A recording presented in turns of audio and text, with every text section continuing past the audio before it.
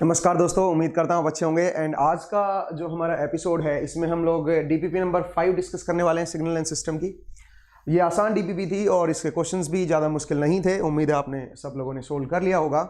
तो इसमें मेनली मैंने सिस्टम्स के ऊपर आपको क्वेश्चंस दिए थे, तो उन्हीं को आज हम डिस्कस करेंगे।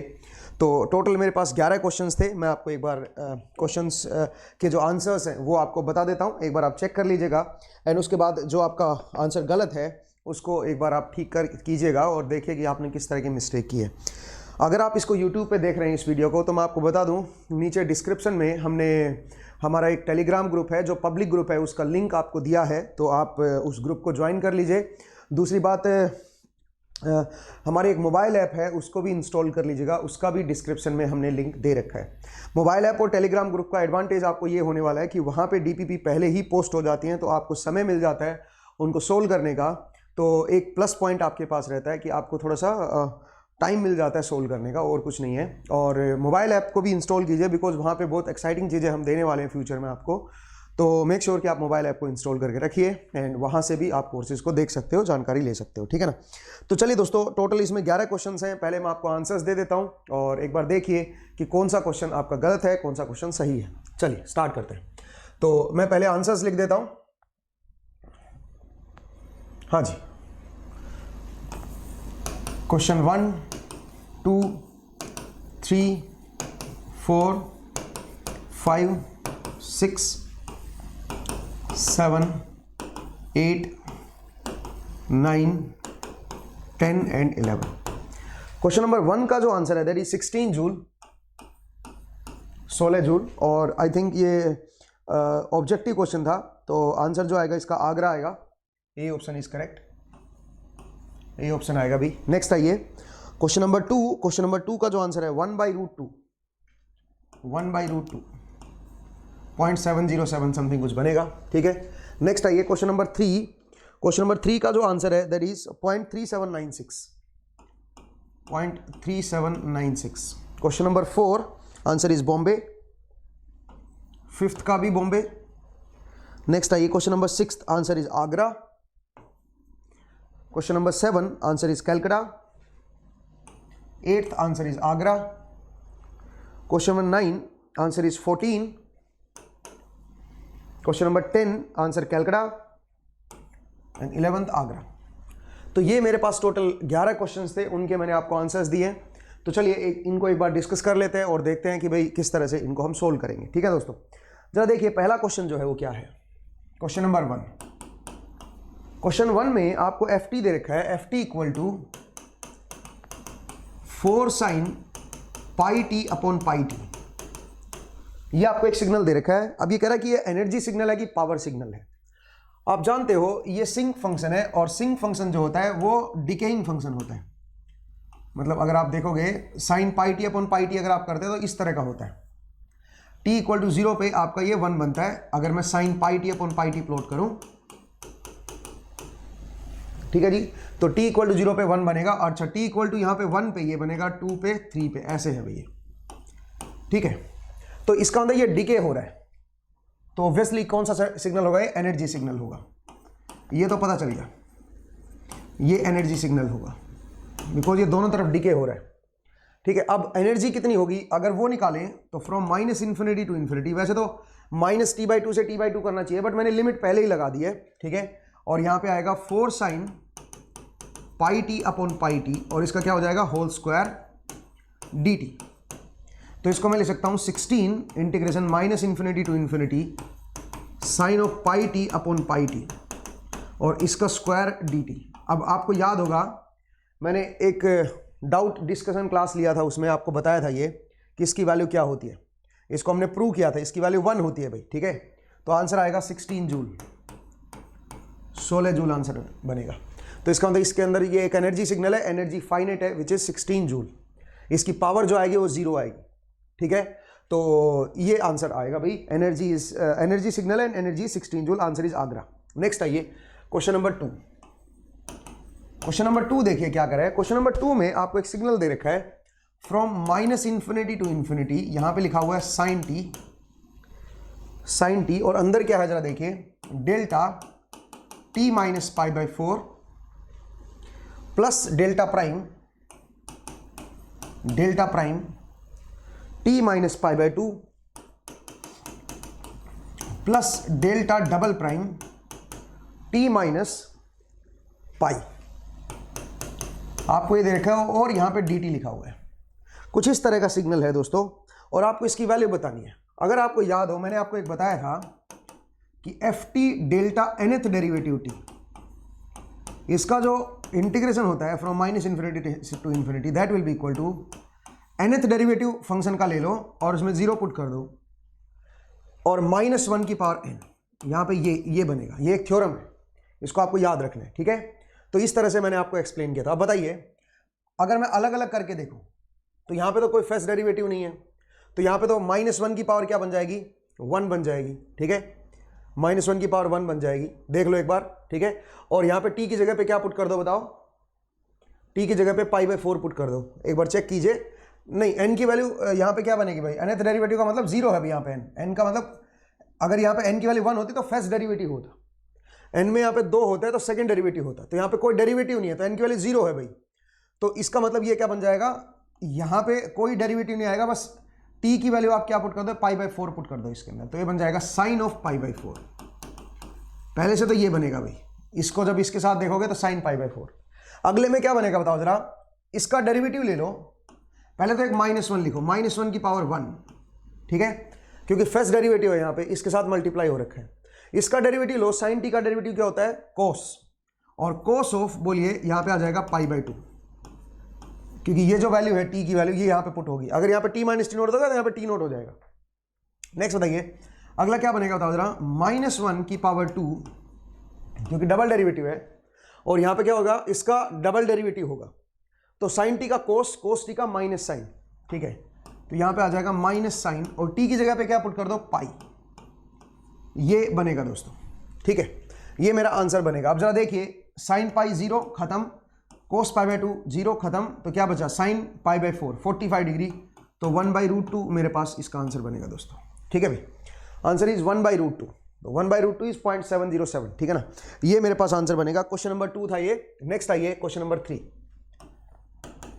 क्वेश्चन नंबर 3 जरा देखिए क्या करा है। क्वेश्चन नंबर 3 में आपको क्या दिया हुआ है, आपको इस तरह का एक सिग्नल दे रखा है, 1/2 की power t del of cos t, del of cos t dt, और इसको इंटीग्रेट कर रहा है 0 टू इन्फिनिटी। अब सुनिए, del of cos t plot करते हैं और जो भी 0 से आगे प्लॉट करेंगे, तो आप बताइए डेल ऑफ कोस टी की वैल्यू क्या बनेगी, that will be equal to, बताओ क्या बनेगा, ये आपका इनफाइनाइट बनेगा इफ कोस टी 0 अदरवाइज, यही होता है इंपल्स का फॉर्मूला। जो अंदर वाला जहां पे 0 हो जाए वहां पे ये इंपल्स इनफाइनाइट बनेगा, इसकी हाइट, अदरवाइज ये 0 बनेगा। अब आप बताइए कोस टी 0 कहां हो रहा है, टी की वैल्यू π/2 पे, तो π/2 पे ये 0 हो रहा है, इसका मतलब ये एक इंपल्स बन जाएगा, इसका एरिया 1 बनेगा। नेक्स्ट बताइए पाई, और यहाँ पे 3π/2 पे, तो 3π/2 पे ये बनेगा, और 0 से आगे देखना है मुझे बस, क्योंकि 0 से आगे है ना ये फंक्शन। फिर आप बताइए 3π/2 के बाद 5π/2, वहाँ पे आपका इस तरह का बनेगा। तो इसका मतलब ये जो फंक्शन है डेल ऑफ कोस टी, इसमें बड़े सारे इंपल्सिस हैं। अगर मैं इसको लिखूं डेल ऑफ कोस टी को, तो मैं इस तरह से लिख सकता हूँ 0 टू इन्फिनिटी 1/2 की पावर टी, और कोस टी को क्या, डेल ऑफ कोस टी को क्या लिखोगे, इसको लिखोगे डेल t माइनस π/2, ये आ गया, प्लस बोलिए अगला del t minus 3π/2 plus del t minus 5π/2, और प्लस आगे तक इस तरह का बनेगा। अब अगर मैं इसको सोल्व करूं तो ये बनेगा 1/2 की पावर π/2 प्लस अगला में बताइए 1/2 की पावर 3π/2 प्लस 1/2 की power 5π/2 and plus up to infinity तक जाएगा मेरे हिसाब से, ये बनेगा भाई। अब ये इन्फाइनाइट तक है, तो एक काम करते हैं 1/2 की पावर π/2 में कॉमन ले लेता हूं, तो अंदर देखिए यहाँ पे बन गया 1, प्लस यहाँ पे क्या बनेगा 1/2 की पावर पाई, ये बनेगा।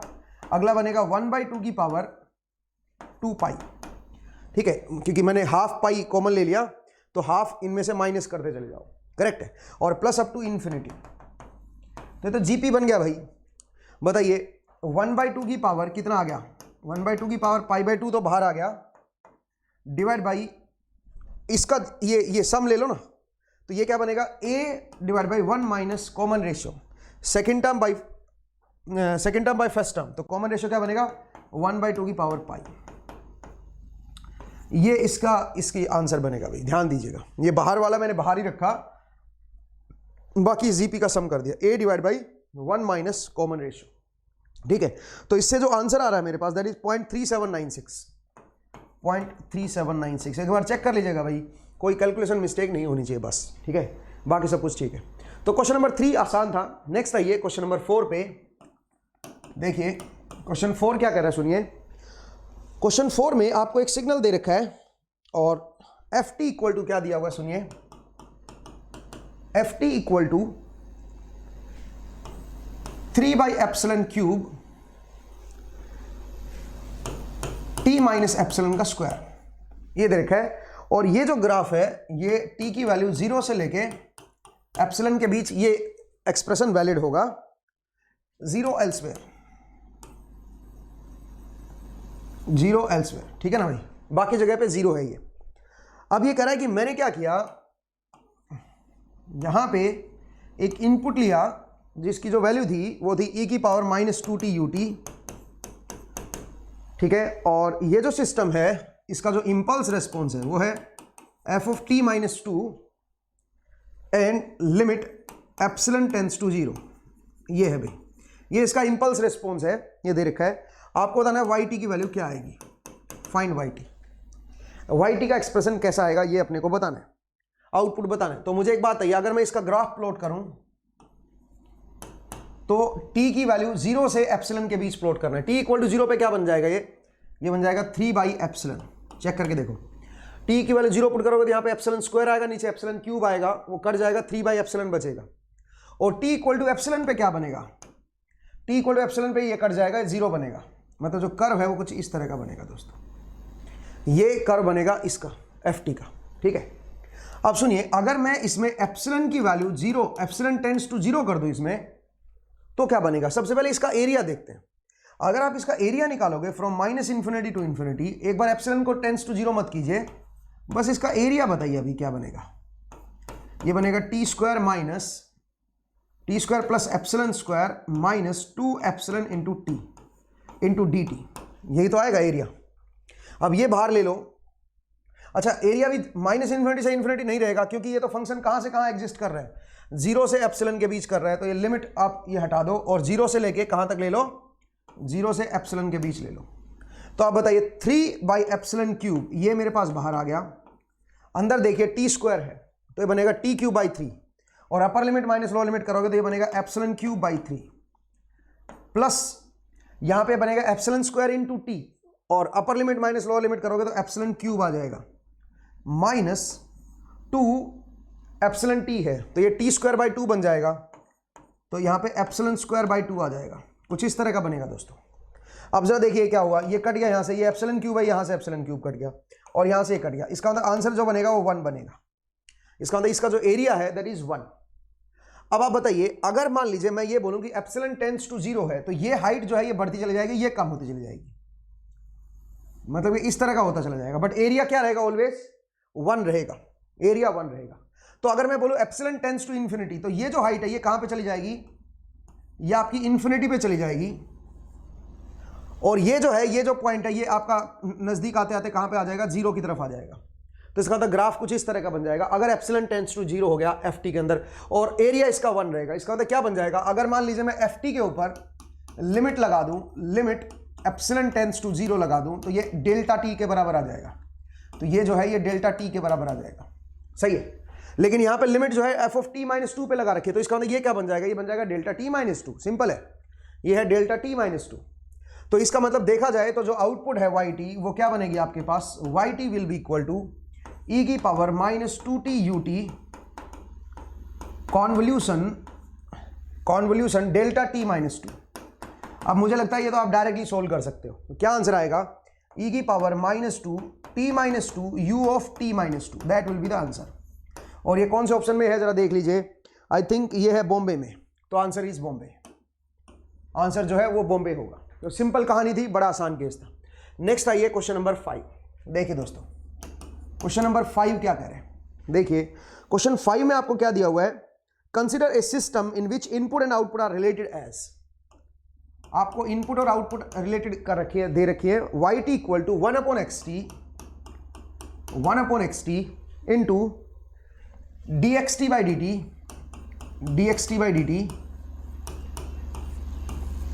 by dt और यहां पे स्क्वायर है। ठीक है भाई, कुछ इस तरह का फंक्शन मेरा नॉन लीनियर है, मुझे पता है, मतलब सिस्टम मेरा नॉन लीनियर है, बिकॉज आप जानते हो ये डिवीजन में आ गया और स्क्वायर भी हो गया तो नॉन लीनियर फंक्शन बनेगा, ये मुझे पता है। ये कह रहा है xt is input, yt is output, for some input xt output yt has energy 20 joule. मतलब ये कह रहा है कोई इनपुट है मैंने xt, इसके कोरस्पोंडिंग जो yt आएगा, जो आउटपुट आएगा, उसकी जो एनर्जी आएगी दैट विल बी 20 जूल। ये आपका बनेगा 20 जूल। ठीक है, एनर्जी जो आएगी वो आएगी 20 जूल। बोलिए भाई कोई दिक्कत है तो। ठीक है, now if the input is 2xt, अगर मैं इनपुट को 2xt कर दूं, अगर इनपुट मेरी xt है तो आउटपुट yt आएगी और एनर्जी 20 जूल आएगी। ये कह रहा है इनपुट को अगर मैं 2xt कर दूं तो जो मेरे पास आउटपुट मिलेगी उसकी एनर्जी क्या होगी, ये आपसे पूछा है। सिस्टम मेरा नॉन लीनियर है, बट जरा ध्यान से देखिए सिस्टम मेरा होमोजीनियस है। मतलब अगर इनपुट को डबल करोगे, सोचिए अगर मैं xt की जगह 2xt कर दूंगा तो yt जो बनेगा that will be equal to 1/2xt और अंदर क्या बनेगा 4 dxt by dt और इसका होल स्क्वायर। देखिए भाई ये बनेगा, अगर xt की जगह 2xt कर दूंगा तो मेरे हिसाब से ये बनेगा और ये 2 जो है ये 4 से कट जाएगा और बाहर 2 आ जाएगा। इसका मतलब yt इक्वल टू 2 टाइम्स हो, बोलिए क्या बनेगा 1/xt into dxt by dt और इसका क्या हो जाएगा बताओ, इसका आपका स्क्वायर हो जाएगा। ध्यान से देखिए भाई कुछ इस तरह का बनेगा। इसका मतलब अगर आप इनपुट को डबल कर रहे हो तो आउटपुट भी डबल हो जाएगी। पॉइंट को समझिए, अगर आप इनपुट को डबल कर रहे हो तो आउटपुट भी मेरी डबल हो जाएगी। ठीक है, इसका मतलब सिस्टम मेरा क्या है, नॉन लीनियर बट होमोजीनियस। तो आप बताओ अगर आउटपुट भी मेरी डबल हो रही है, xt के कोरस्पॉन्डिंग 20 जूल था, 2xt के कोरस्पॉन्डिंग मुझे आउटपुट देखनी है तो वो डबल हो जाएगी, मुझे पता है एम्पलीट्यूड डबल हो जाएगा, तो एनर्जी कितने टाइम्स हो जाएगी, एनर्जी हो जाएगी 4 टाइम्स, इसका मतलब 80 जूल। ठीक है, 80 जूल। ध्यान से देखिए सिस्टम मेरा क्या है, होमोजीनियस। अगर ये होमोजीनियस ना होता तो आप कुछ नहीं कह सकते थे, बिकॉज लीनियर तो है नहीं। ठीक है, अगर ये होमोजीनियस भी ना होता तो इनपुट को डबल कर रहे हो तो आउटपुट डबल नहीं होती। पॉइंट को समझिए, आउटपुट कुछ और भी हो सकती थी, लेकिन लकीली हम बच गए। तो अच्छा क्वेश्चन था, आंसर इज 80 जूल। तो 80 जूल आप देख लीजिए बॉम्बे में है, तो आंसर इज बॉम्बे। नेक्स्ट आइए क्वेश्चन नंबर 6। क्वेश्चन नंबर 6 जरा देखिए क्या कह रहे हैं, the input output relation of the system are shown below. आपको इनपुट आउटपुट रिलेशन दे रखी है, सबसे पहली जरा जो दे रखी, इनमें से आपको बताना है इन्वर्टिबल कौन सी है, कौन सा सिस्टम इन्वर्टिबल है वो बताना है। तो yt इक्वल टू जरा देखिए, yt equal to integration -∞ to t x of tau d tau. क्या ये रिलेशन इन्वर्टिबल है? क्या ये रिलेशन इन्वर्टिबल है? बिल्कुल ये इन्वर्टिबल है। आप किसी चीज को इंटीग्रेट कर रहे हो तो उसको डिफरेंशिएट कर दो, वापस वही आ जाएगी।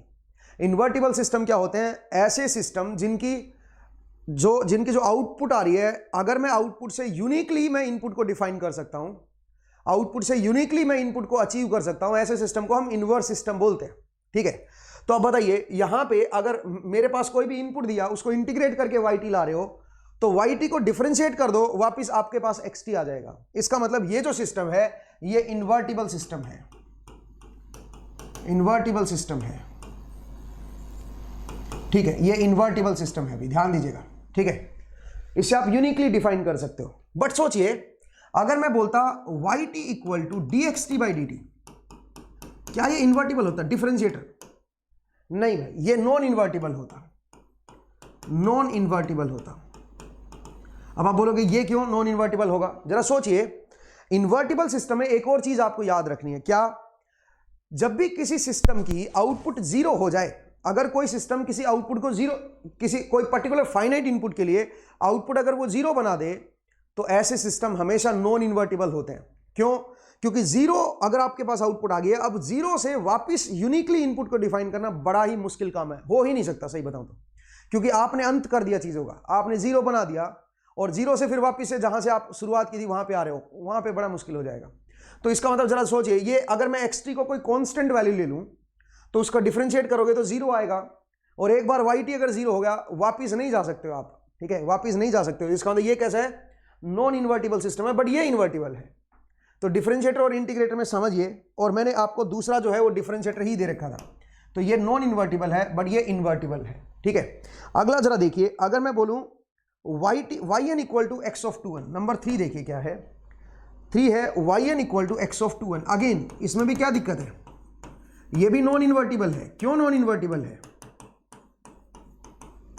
इन्वर्टिबल, सुनिए ये नॉन इन्वर्टिबल क्यों है, बिकॉज सोचिए एक्शन मैंने इस तरह का दे रखा है, 0 पे, 1 पे, 2 पे, 3 पे, 4 पे, इन सब पे है एक्शन। सोचिए एक्शन की वैल्यू इन सब पे एग्जिस्ट कर रही है।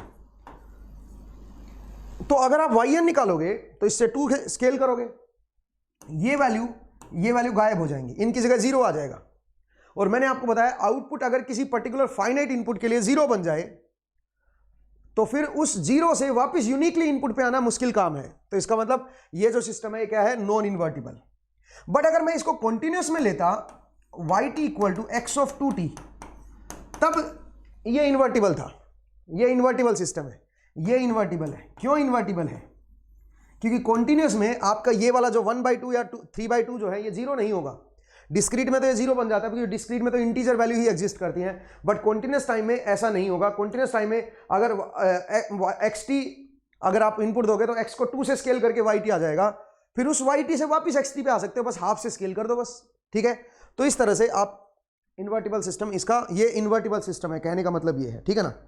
तो नंबर 4 इन्वर्टिबल सिस्टम है। अब नंबर 5 दे रखा है, एक और दे रखा है। नंबर 5 क्या दे रखा है, सुनिए। नंबर 5 आपको दे रखा है y n equal to x of n/2, ठीक है।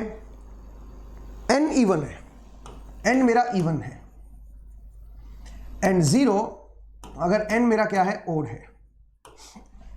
इसका मतलब क्या कह रहा है, सुनिए। ये कह रहा है मान लीजिए मैंने कोई इनपुट xn की, अगर n इक्वल टू इवन पे है, अगर n की वैल्यू इवन लोगे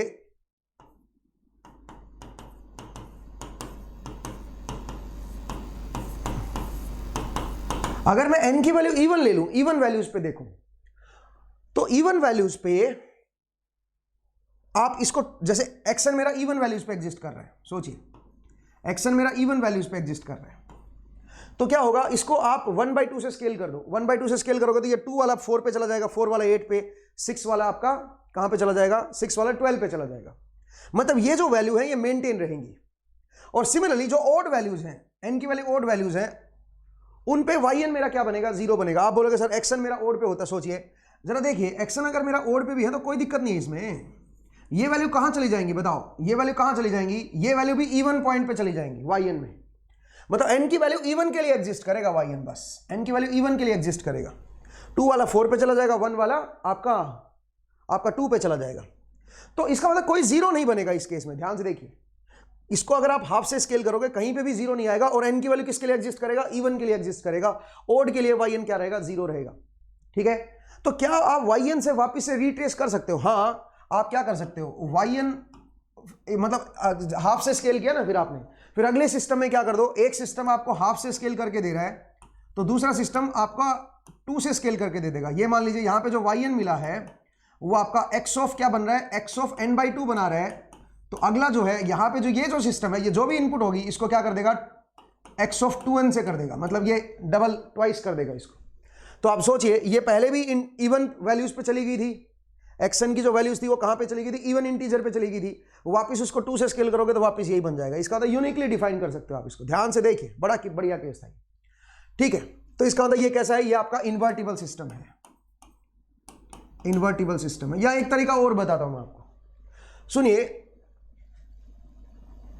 मेरे पास इस तरह का कोई सिस्टम है, अगर मैं इसको इसका एक HN में निकाल दो, इंपल्स रेस्पॉन्स। इसका अगर इंपल्स रेस्पॉन्स देखोगे YN का, अगर मैं इनपुट को XN को डेल्टा एन रख दूं, इंपल्स रख दूं, तो इंपल्स का जो रेस्पॉन्स बनेगा that will be equal to delta n by 2, ये बनेगा। मतलब अगर मैं इनपुट की जगह पे XN की जगह पे डेल्टा एन कर दूं और उसकी वजह से रेस्पॉन्स देखो, तो यहां पे डेल्टा एन का रेस्पॉन्स जो बनेगा वो बनेगा delta n by 2, and that is equal to क्या बन जाएगा, ये डेल्टा एन ही बन जाएगा। समझ आया भाई? डेल्टा एन बाई 2 क्या बन जाएगा, डेल्टा एन ही बन जाएगा। ठीक है, एक बार आप जरा इस पॉइंट को समझिए पहली बात तो। ठीक है भाई, अब सुनिए, अगर ये डेल्टा एन है तो इसका इन्वर्स सिस्टम क्या बनेगा। इसका इन्वर्स सिस्टम क्या होता है, जब भी दो सिस्टम एक दूसरे के इन्वर्टिबल होते हैं तो इसका मान लीजिए H1n है और इसका H2n है इंपल्स रिस्पॉन्स, और अगर मैं इन दोनों को कन्वोल्व कर दूं, अगर ये एक दूसरे के इन्वर्टिबल सिस्टम है तो कॉन्वोल्यूशन क्या आनी चाहिए बताओ जरा, इनकी कॉन्वोल्यूशन डेल्टा एन ही आनी चाहिए। अब आप बताइए, इनमें से एक सिस्टम का जो ये सिस्टम है इसका इंपल्स रिस्पॉन्स डेल्टा एन है, तो दूसरा सिस्टम में क्या लूं सो दैट आंसर जो है वो डेल्टा एन ही आ जाए। दूसरा सिस्टम भी आप डेल्टा एन ले लो।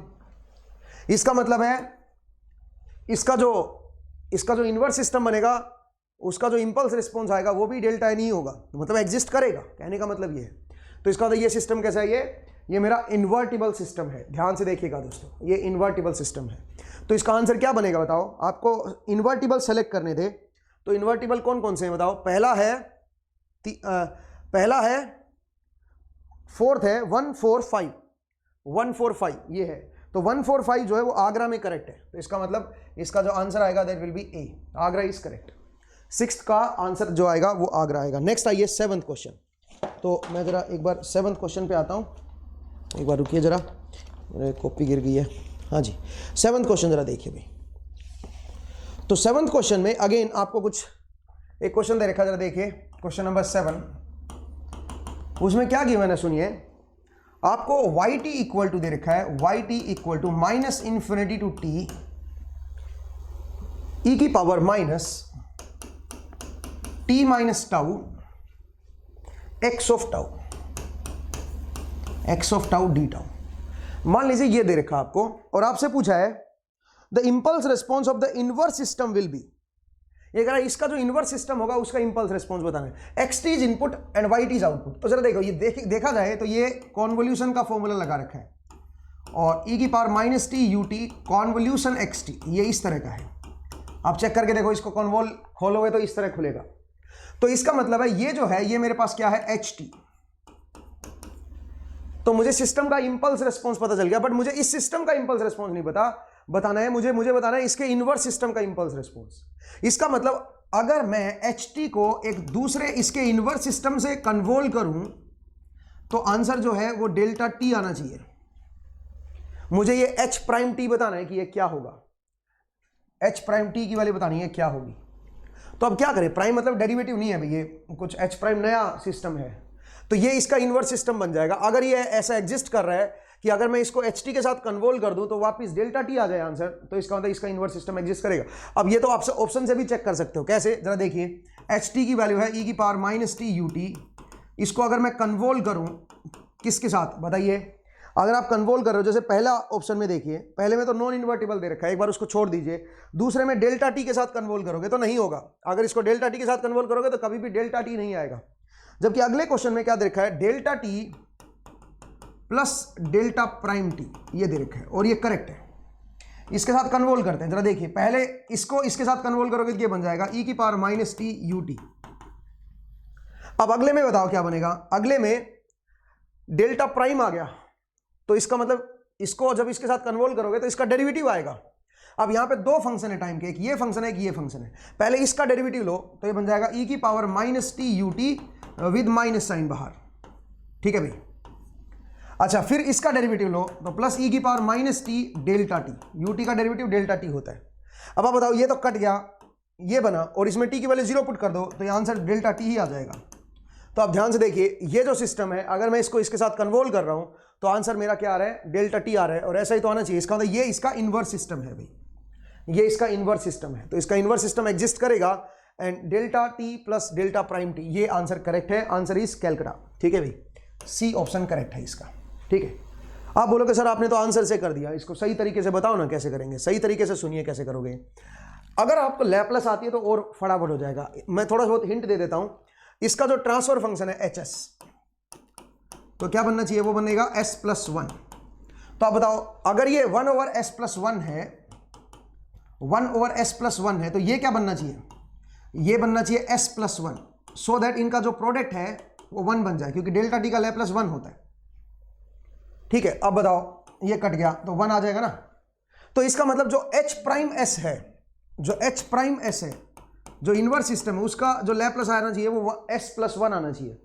अब इसका h प्राइम t निकाल लो, इसका लैप्लस इनवर्स ले लो। 1 का इनवर्स डेल्टा t होता है और s का क्या होता है, डेल्टा प्राइम t, डेरिवेटिव ले लो बस। ठीक है, तो इस तरह से भी आप लैप्लस का भी सहारा लेके सोल्व कर सकते हो। आसान कहानी थी, इजीली आप इसको सोल्व कर सकते हो। ठीक है ना, तो आगे आप खैर लैप्लस से भी सीख जाओगे। ठीक है, नेक्स्ट आइए क्वेश्चन नंबर 8। क्वेश्चन नंबर 8 क्या कह रहा है, सुनिए। क्वेश्चन नंबर 8 में आपको एक सिस्टम दे रखा है, yn इक्वल टू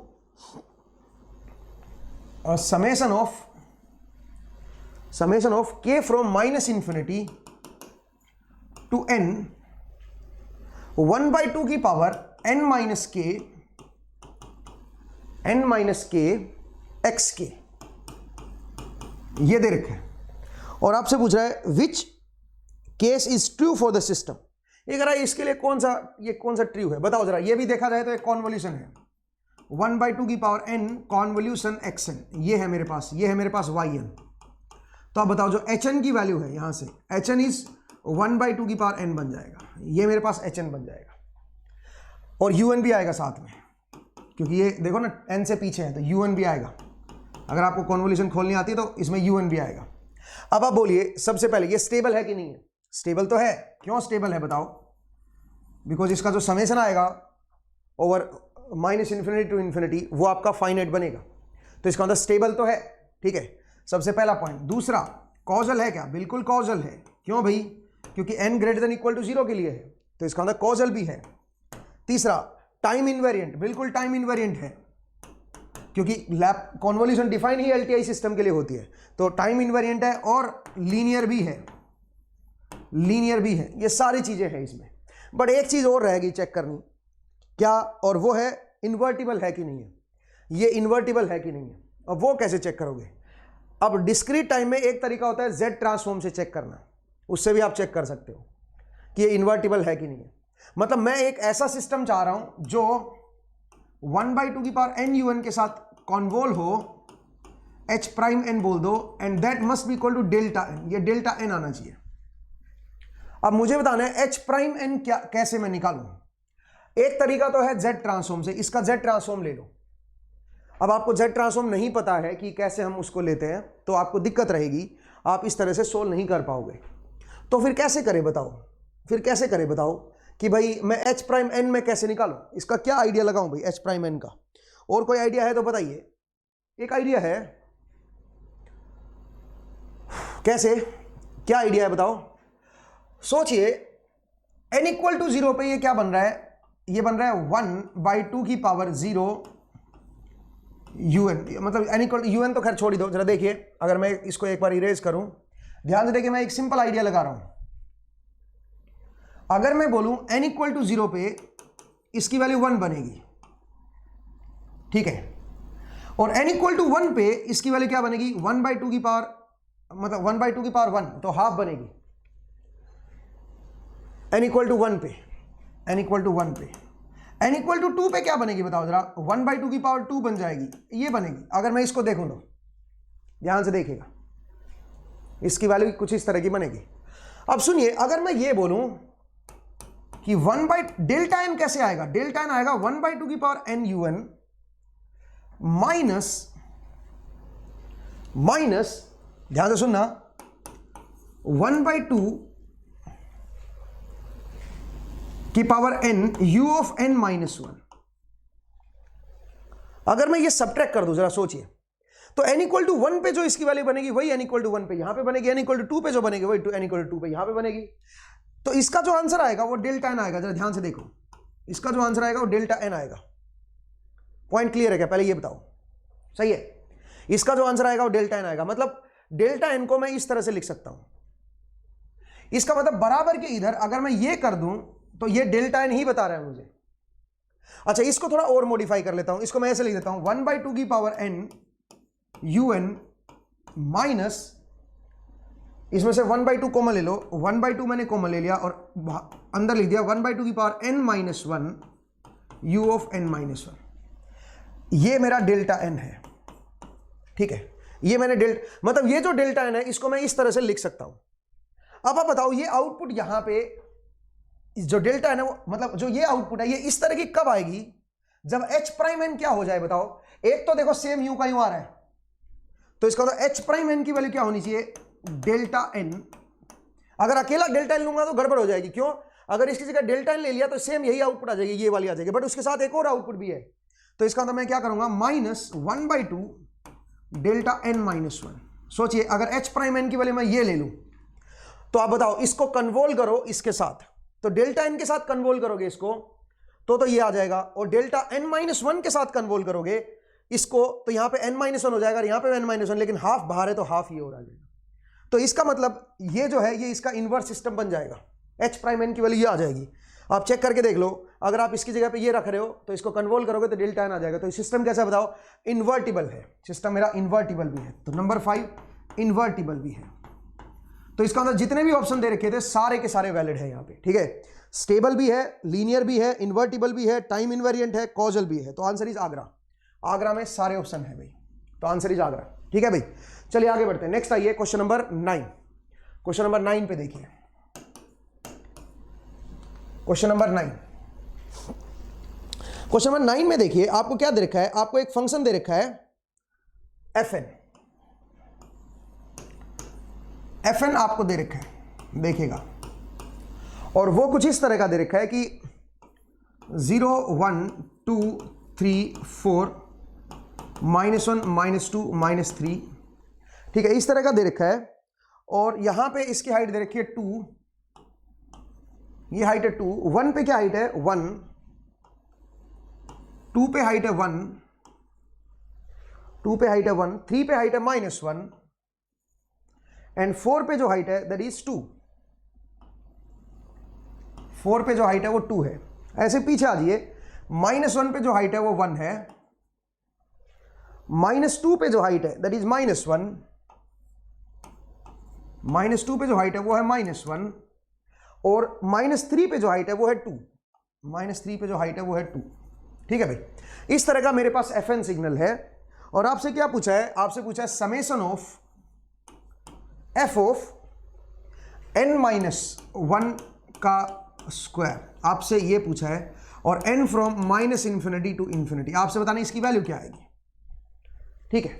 तो चलिए जरा इसको प्लॉट करते हैं। देखिए मैं प्लॉट कर रहा हूं किसको, f ऑफ n-1 के स्क्वायर को। अब बताइए n की वैल्यू 0 1 2 3 4 5 ऐसे ही -1 -2 -3, मुझे ये प्लॉट करना है, इसका ग्राफ प्लॉट करना है। तो n की वैल्यू 0 पुट करता हूं सबसे पहले। तो n की वैल्यू अगर 0 पुट करोगे तो ये बन जाएगा f ऑफ 1। अगर n इक्वल टू 0 पुट करोगे इसमें, इस फंक्शन में n इक्वल टू 0 पे अगर इसको निकालना चाहते हो तो ये किसके बराबर आएगा, ये f1 के बराबर आएगा। इसका मतलब यहाँ पे f1 जो है ना उसके बराबर आएगा। f1 ये है 1 हाइट है, तो इसका मतलब 0 पे इसकी हाइट 1 बन जाएगी। n की वैल्यू इसमें 0 पुट करोगे तो ये f1 के बराबर आएगा। इसका मतलब यहाँ पे जो f1 था उसकी बराबर वैल्यू बनेगी। अब n की वैल्यू 1 पुट कीजिए, n की वैल्यू 1 पुट करोगे तो ये बन जाएगा f ऑफ 0, और f ऑफ 0 पे क्या हाइट है 2 हाइट है, तो इसका मतलब n की वैल्यू 1 पे इसकी हाइट 2 बन जाएगी। n की वैल्यू 1 पे इसकी हाइट 2 बन जाएगी। अब आप बताइए n इक्वल टू 2 पे बताइए, n इक्वल टू 2 पे क्या बनेगा, ये बनेगा वापस से f1, और f1 क्या है अगेन मेरा 1 है। n इक्वल टू 2 पे फिर से 1 बन जाएगा। n इक्वल टू 3 पे बताइए, n इक्वल टू 3 पे क्या बनेगा f4, 3 पुट करोगे तो यहां पे क्या बन जाएगा f ऑफ 4 बन जाएगा। ध्यान से देखो, अगर n की जगह पे 3 पुट करोगे तो f ऑफ 4 बन जाएगा। इसका मतलब n इक्वल टू 3 अगर है यहाँ पे, इसमें अगर n इक्वल टू 3 पे देखूंगा तो वो f4 के बराबर आएगा, और f4 की हाइट कितनी है 2, तो यहाँ पे 3 पे जो हाइट आएगी वो 2 आएगी। ध्यान दीजिएगा। नेक्स्ट आइए n की वैल्यू 4 पे देखिए, n की वैल्यू 4 पे क्या बन जाएगा, ये 9 बनेगा। 9 पे वैल्यू 0 है तो 4 पे 0 आ जाएगी। 5 पुट करोगे तो ये बन जाएगा 16, f ऑफ 16, f ऑफ 16 भी 0 है, 0 बन जाएगा। अब आइए पीछे, n की वैल्यू -1 पुट कर दो। अगर n की वैल्यू -1 पुट करोगे तो ये बनेगा f ऑफ 4, n की वैल्यू -1 पे तो ये बन जाएगा -1 तो कितना बन गया -2 का स्क्वायर बन जाएगा f ऑफ 4, इसका मतलब f ऑफ 4 बनेगा -1 पे, और f ऑफ 4 कितना है 2, तो -1 पे इसकी हाइट बनेगी 2, ध्यान दीजिएगा, ठीक है ना। नेक्स्ट बताइए, n की वैल्यू अगर मैं -2 पुट कर दूं तो ये f ऑफ 9 बन जाएगा, और f ऑफ 9 0 है, f ऑफ 9 0 है, तो -2 पे 0, -3 पे भी 0, सब पे 0, ये मेरा ग्राफ बनेगा इसका। अब आपको क्या करना है, इनको सबको जोड़ना है, तो आप बताइए 2 2 2 कितना बन गया ये, तो और इसका स्क्वायर जोड़ना है, क्या जोड़ना है, हाँ जी, तो ये तो सिंपल समेशन करना है भाई, तो 2 + 2 + 2 कितना बन गया 6, तो ये हो गया 2 + 2 + 2 6 +1 +1, तो +1 +1, इसका मतलब क्या आंसर आएगा 8 आएगा इसका आंसर इज 8। मैंने क्या किया हुआ है, मैंने आंसर आपको गलती से 14 दे दिया, मैंने इसका स्क्वायर कर दिया भाई, स्क्वायर नहीं है, इसको ठीक कीजिए, आंसर क्या आएगा 8 आंसर आएगा। क्वेश्चन नंबर 9 का जो आंसर है दैट इज 8, ये गलत है अभी, 8 आंसर है इसका, ठीक है ना। तो आप चेक कर लीजिएगा, इसका जो आंसर बनेगा दैट मस्ट बी 8, ठीक है। नेक्स्ट आइए क्वेश्चन नंबर 10। क्वेश्चन नंबर 10 देखिए क्या कर रहा है, क्वेश्चन 10 में क्या दिया हुआ है, क्वेश्चन नंबर 10 जरा देखते हैं। आपको एक एलटीआई सिस्टम दे रखा है,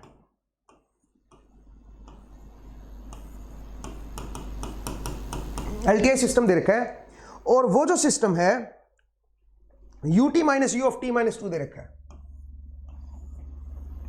0 1 2, ये आपको इनपुट दे रखा है, और उसके कोरस्पॉन्डिंग जो आपको आउटपुट दी गई है वो कुछ इस तरह की है, rt - 2 rt - 1, कुछ इस तरह का 0 1 2, और ये हाइट है मेरी 1, rt - 2 rt - 1 plus 2 rt plus rt - 2, कुछ इस तरह का फंक्शन है भाई। ये आपको yt दे रखा है, ये आपको आउटपुट दे रखी है yt, आपको इनपुट दे रखा था xt और आपको आउटपुट दे रखी है yt। अब ये कह रहा है मैंने इनपुट को बदल दिया, इनपुट मेरी कुछ इस तरह की है दोस्तों, -1 1 एंड 2, इनपुट मेरी इस तरह की है दोस्तों,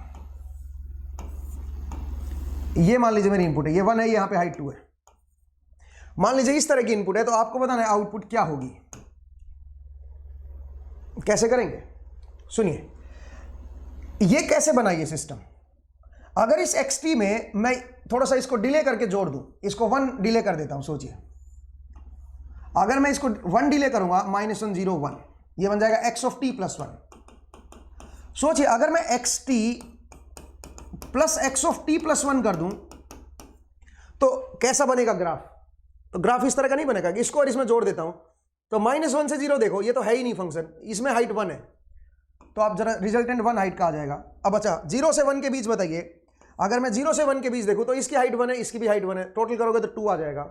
फिर बताइए 1 से 2 ये तो है नहीं, ये है 1, तो रिजल्टेंट 1 बन जाएगा, और 2 के बाद ये भी 0 ये भी 0, आपका 0 रह जाएगा, ठीक है। इसका मतलब आप बोल सकते हो xt plus x of t - 1 t + 1, इनको जोड़ोगे तो ये बनेगा। अब इसका ग्राफ कैसा बनेगा, xt की वजह से yt है जिसका प्लॉट आपको पता है, और x ऑफ t + 1 की वजह से क्या बन जाएगा y ऑफ t + 1, दोनों को जोड़ दो, एलटीआई सिस्टम है ना, तो डायरेक्ट आप ऐसे कर सकते हो। अब yt तो अपने को पता है, y ऑफ t + 1 कैसा बनेगा बताओ, इसको एक पीछे कर दो, तो y ऑफ t + 1 कुछ इस तरह का बनेगा दोस्तों, -1 0 1, ये हाइट 1 बनेगी, this is y of t + 1, y of t + 1। अब आप बोलिए दोनों को जोड़िए, yt plus y of t + 1, अगर मैं ऐड करूंगा तो जरा देखिए कैसा बनेगा, yt plus y of t + 1। अब सुनिए -1 से लेकर 0 के बीच बताइए, ये इस तरह का है तो इसी तरह का बन जाएगा, ये हाइट आएगी 1। अब बताइए 0 से 1 के बीच, 0 से 1 के बीच ये बढ़ रहा है ये घट रहा है, तो कांस्टेंट हो जाएगा 1 पे, और फिर 1 से 2 के बीच क्या बनेगा, ये आपका डाउन आ जाएगा, इस तरह का ग्राफ बनेगा। अब इसकी इक्वेशन देख लो कौन सी है, ये बनेगा r ऑफ t + 1, ये 1 स्लोप से शुरू हुआ है, फिर बताइए -rt, ये ऐसे हो गया, फिर आप बताइए यहाँ पे फिर से एक स्लोप डाउन हो गया, -r ऑफ t - 1 ऐसे हो गया, और यहाँ पे फिर एक स्लोप ऐड हो जाएगा +r ऑफ t - 2, ये आंसर आएगा दोस्तों इसका।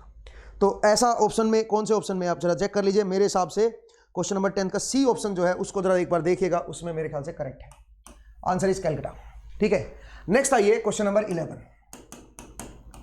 क्वेश्चन नंबर 11 में क्या देखा है सुनिए, ये कह रहा है yn = x of 2n, yn equal to x of 2n दे रखा है, x1 ऑफ 2n है भाई, नहीं सॉरी y1n है x of 2n, and y2n जो दे रखा है, एक और दूसरा फंक्शन दे रखा है, दैट इज इक्वल टू, वो आपको दे रखा है x ऑफ n बाई 2,